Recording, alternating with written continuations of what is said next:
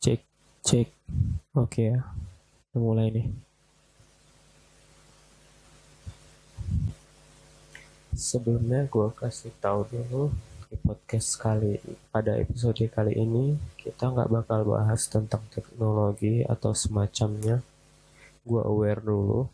Di sini gue mau ceritain pengalaman gue selama isoman di rumah dan bener-bener seminggu gak ada kemana-mana tanpa kerja sekalipun juga karena memang badannya nggak bisa dipakai buat kerja.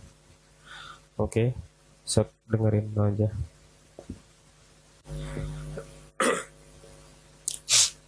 Oke, kita mulai dari mana ya? Jadi gini, gue mau ngasih tahu kalau gue udah terpapar. Ya kalian harus hati-hati ya. Kayak yang sering biasa gue bilang, kemana-mana itu sesuai prokes yang ada, patuhi, mencuci tangan, menggunakan masker, hindari kontak fisik, dan menjaga jarak. Karena dengan tidak mematuhi itu aja, kalian bisa hidup dengan sengsara. Aku yang kerjanya cuma di rumah aja, kadang bisa WFH kayak gini, bisa terpapar. Apalagi kalian yang sering berkeluaran, pergi keluar rumah, jumpa orang gitu kan. Apalagi yang nggak mematuhi prokes yang ada ini. Emang nggak apa-apa kalau kalian yang nggak percaya gitu. Kalau kalian nggak mau vaksin juga terserah. Yang penting kalian itu nggak menularkan ke orang. Bertanggung jawab. Kalian bisa jaga diri kalian dengan cara isoman di rumah. Nggak kemana-mana, betul-betul nggak kemana-mana. Ngerti? Banyak yang nanya, kok bisa? Kok bisa kena dari siapa? Itu nggak penting. Yang penting itu kalian harus pandai-pandai jaga diri, ngerawat diri. Kalaupun udah bersentuhan dengan orang lain, selepas itu ya udah bersih-bersih gitu. Ya kalau memang udah naasnya mau bilang apa juga. Banyak juga yang nanya gejala apa yang gue alamin bisa sampai kayak gini. Oke. Kalau di gua ya itu sakit kepala yang benar-benar sakit. Kepala gua rasanya mau spinning, berputar gitu rasanya. Terus flu, pilek ini di gua ya. Cuman berkurang, badan panas, dingin. Kemarin sempet panas sampai berapa derajat gitu, gue lupa. Terus terakhir tensi rendah, betul-betul rendah. Nah di situ udah mulai khawatir tuh. Pergilah kita cek, dan bener aja. Alhasil gue dikurung di rumah. Kalau mau apa-apa cek dulu gitu. Kalau gue mau makan, gue bilang dulu. Kalau mau kamar mandi, gue bilang dulu. Kenapa? Supaya nggak ada orang yang di ruangan itu gitu. Di rumah gue ada anak kecil kan ya. Nah kalau gue mau keluar kamar, gue cek dulu tuh, atau enggak gue telepon dulu orang rumah supaya mereka nggak satu ruangan sama gue.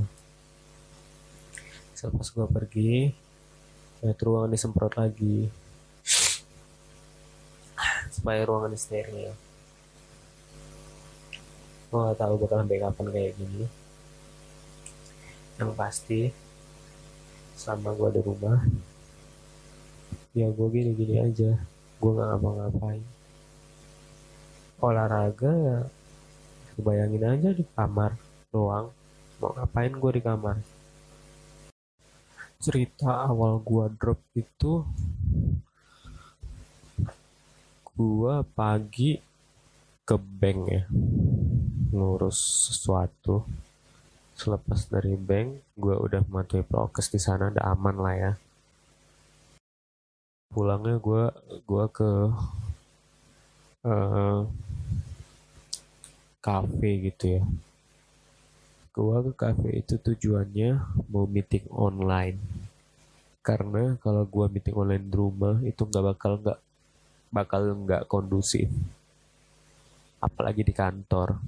Nah, jadi gua memutuskan untuk meeting online di cafe. Pulang dari situ, gua langsung ke kantor. Nah, di situ udah mulai badan gak enak. Pulangnya sampai malam, tuh gua tepar, drop, betul-betul gak enak badan. Gua putuskan untuk tidur jam 9. Udah gitu terbangun jam 1. Jam 1 ini badan udah gak enak, udah meriang, panas banget, keringetan gitu kan. Terus udah mulai gak bisa nyium lah, udah gak enak.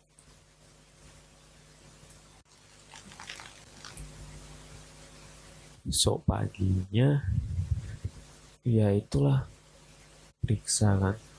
Jadi selama gua di rumah, dari awal gua kena tadi ya, dari Kamis malam sampai hari ini hari Jumat, kurang lebih ya seminggu lah pas. Seminggu gua asli nggak ada megang handphone sama sekali. Gua megang handphone karena ditelepon kebetulan. Udah, karena apa, gua nggak bisa megang handphone, kepala gua pusing, kepala gua muter rasanya, gua nggak bisa lihat tulisan, itu langsung mual. Jadi buat kalian yang udah ngechat gua kali, gua mohon maaf kalau nggak dibalas, karena memang keadaannya yang nggak memungkinkan untuk membalas pesan kalian. Kalau bisa sebisa mungkin usahakan hubungi gua itu dari telepon. Nah itu bakal gua angkat insya Allah, kalau lagi handphonenya di sampingnya.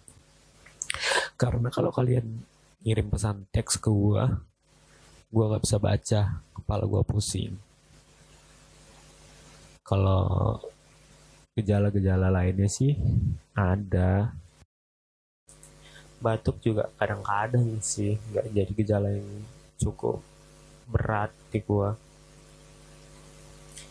Kalau yang secara umumnya sih yang paling sering itu ya demam, yang utama demam, batuk, sama kecapean. Nah, kalian kalau udah kayak gini, pasti bawaan badan itu capek aja.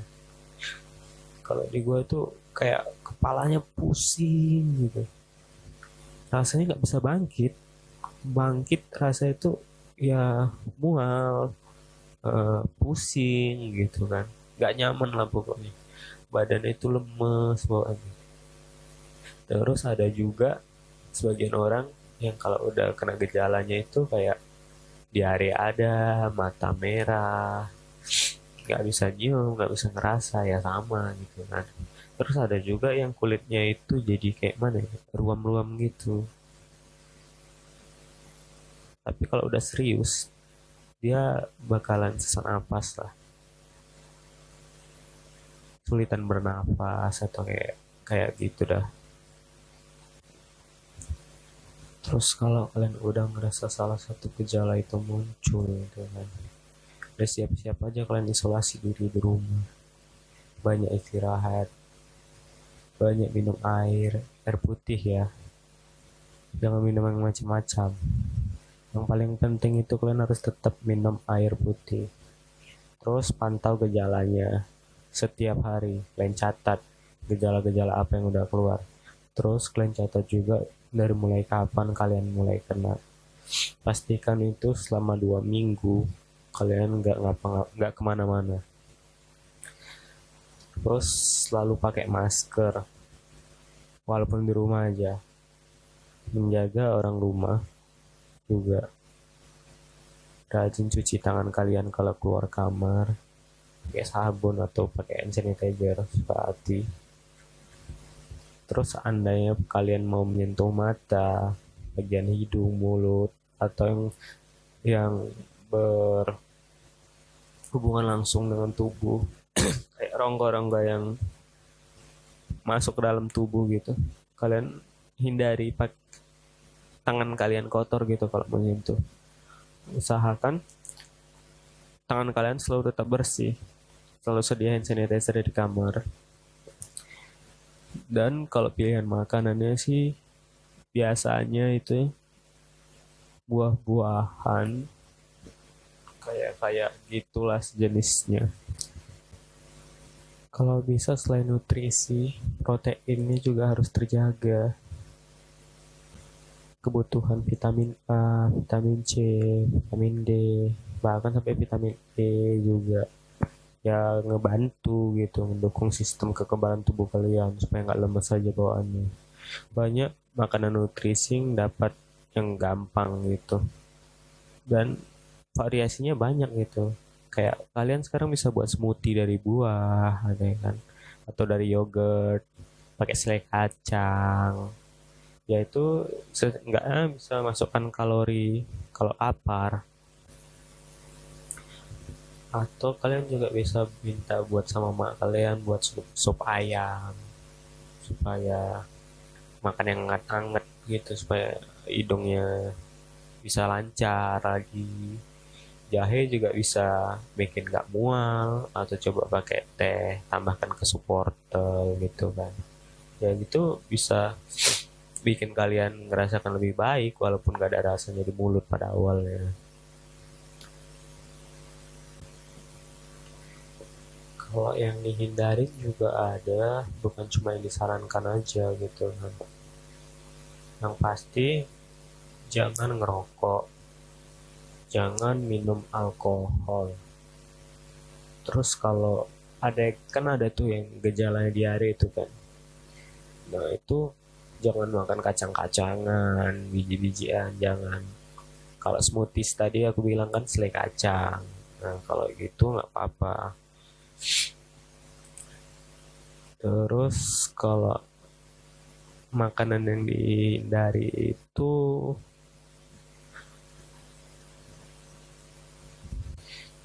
hindari makanan berminyak,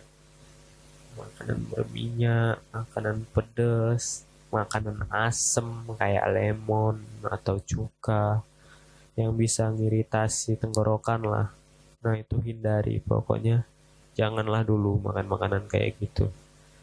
Kalian nggak ngerasai memang, tapi badan kalian itu yang kena.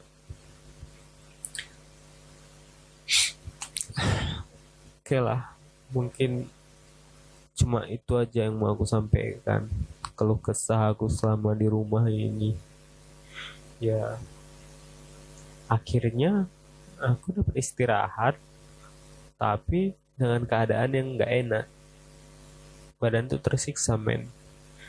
Bangun tidur, kepalaku pusing, betul-betul pusing. Mau muntah, mual, walaupun minum air hangat gitu kan. Gue pernah suatu masa itu pagi subuh, sebelum subuh bangun nggak tahu kenapa, pokoknya udah sakit banget, gue nggak tahu mau ngapain. Akhirnya gue nangis jadi-jadinya sampai ini mata kebas gitu, pelipis mata kanan kiri, kepala atas, tangan semua kebas, udah nggak bisa apa-apa lagi. Akhirnya gue habis minum minum air hangat itu kan, gue coba makan dikit, minum obat, gue sholat, habis itu gue coba tidur lagi karena ya memang nggak bisa ngapa-ngapain kan, kepala gue pusing berat gitu. Ya udah gue bantai tidur aja, akhirnya paginya reda. Ya udah dah gitu aja. Buat kalian yang masih sehat-sehat, jaga diri kalian baik-baik ya.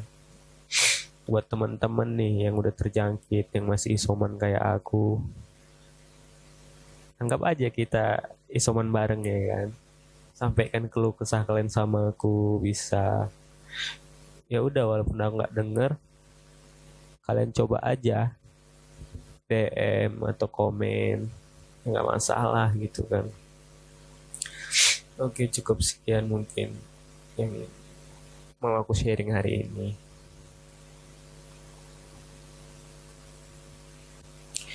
Aku harap kalian dapat menerima saran aku, nggak nggak ngejudge yang udah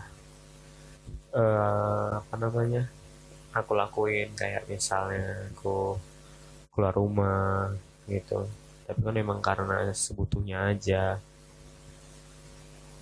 Ya udah deh, sampai sini aja deh. Bye sobat.